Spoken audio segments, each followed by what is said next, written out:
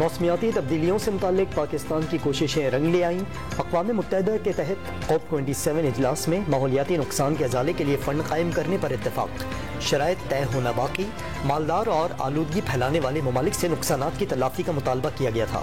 2 ہفتوں کے مذاکرات کے بعد مطالبہ تسلیم کر لیا گیا۔ رکن ممالک گلوبل وارمنگ 1.5 ڈگری تک محدود رکھنے پر بھی متفق۔ وزیر اعظم کی جانب سے عالمی ادارے کے فیصلے کا خیر مقدم۔ شہباز شریف نے اقدام موسمیاتی انصاف کی جانب پہلا قدم قرار دے دیا۔ وزیر خارجہ بلاول بھٹو کا مسلسل حمایت پر رکن ممالک سے اظہار تشکر۔ وفاقی وزیر برائے ماحولیاتی تبدیلی شیری رحمان نے بھی عالمی ادارے کا اقدام بڑی کامیابی قرار دے دی۔ بگل بج گیا۔ قطر میں فٹ بال کی عالمی جنگ آج سے چھڑ جائے گی۔ 32 ٹیمیں فٹ بال پر عالمی حکمرانی کے لیے قسمت آزمائیں گی۔ افتتاحی تقریب کے آغاز میں صرف 1 گھنٹہ باقی۔ نامور فنکار صلاحیتوں کے جوہر دکھائیں گے۔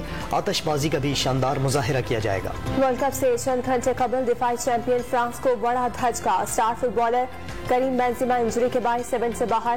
شائقین پال پوگبا اور اینگولو کو بھی ایکشن میں نہیں دیکھ سکیں گے۔ ارجنٹینا کے لو سیلسو بھی آؤٹ۔ کوالیفائی نہ کرنے کے باعث مصر کے محمد صلاح کے مداح بھی مایوس۔ اٹلی کی غیر حاضری کے باعث ایونٹ کے رنگ پھیکے۔ فٹ بال کی عالمی جنگ سے پہلے ہی دنیا بھر میں فٹ بال کا جوش۔ برازیل میں مداحوں کا سڑکوں پر رقص۔ ارجنٹائن میں بھی شائقین پرچم تھامے ٹیم کی سپورٹ میں نکل آئے۔ انگلینڈ میں مداحوں پر جنون سر چڑھ کر بولنے لگا۔ کراچی میں بھی فٹ بال ورلڈ کپ کا جنون سر چڑھ کر بولنے لگا۔ ملیر میں فٹ بال کے پرستاروں نے گلی کوچوں کو مختلف ممالک کے جھنڈوں سے سجا دیا۔ لیاری والوں پر بھی فٹ بال کا بخار سوار۔ مداحوں کی ڈھول تاشوں کے ساتھ ریلی۔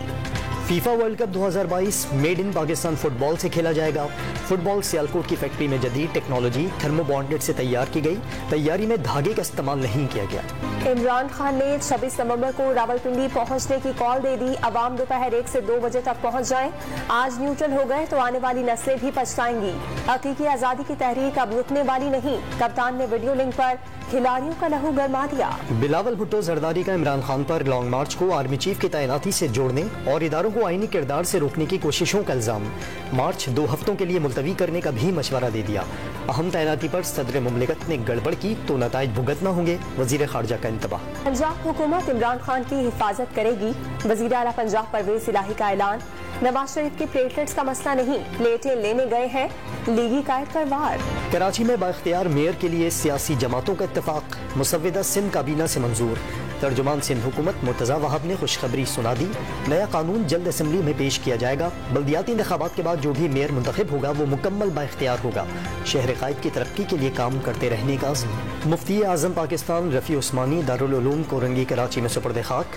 مفتی تقی عثمانی نے نماز جنازہ پڑھائی۔ مولانا فضل الرحمان گورنر سندھ سمیت اہم شخصیات اور عوام کی بڑی تعداد میں شرکت۔ شوگر ملز ایسوسی ایشن کا حکومت سے 10 لاکھ ٹن چینی برآمد کرنے کی اجازت کا مطالبہ۔ وزیر خزانہ اسحاق ڈار نے فیصلے کے لیے اجلاس کل طلب کر لیا۔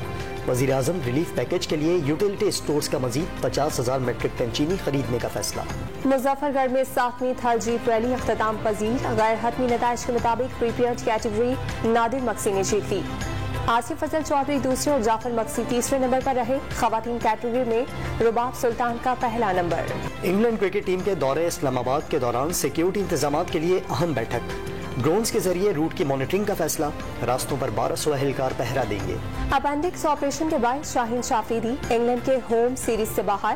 ڈاکٹرز نے 4 ہفتے آرام کا مشورہ دے دیا۔ نیوزی لینڈ کے خلاف سیریز میں بھی شرکت مشکوک۔ سوات کے میدانی علاقوں میں بارش اور پہاڑی مقامات پر برف باری۔ ہر شے نے سفید چادر اوڑھ لی۔ بڑی تعداد میں سیاح دل فریب مناظر سے لطف اندوز ہونے پہنچ گئے۔